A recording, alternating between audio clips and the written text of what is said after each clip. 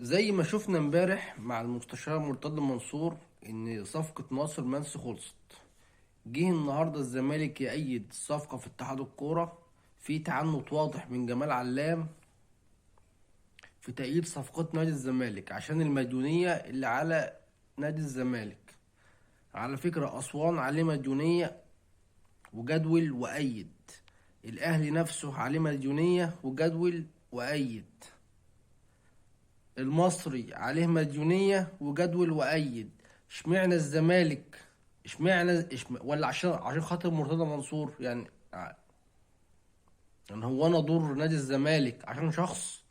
انت جمال علام عنده خلاف مع شخص. نادي الزمالك ككيان ماله مال. ليه سياسة الكلب مكيالين ليه؟ زي ما جدولت للفرق وأيدت.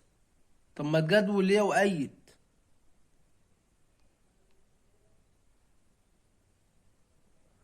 لا حول ولا قوة إلا بالله. هي عمر الكرة ما هتنضف في مصر، عمر الكرة ما هتنضف في مصر.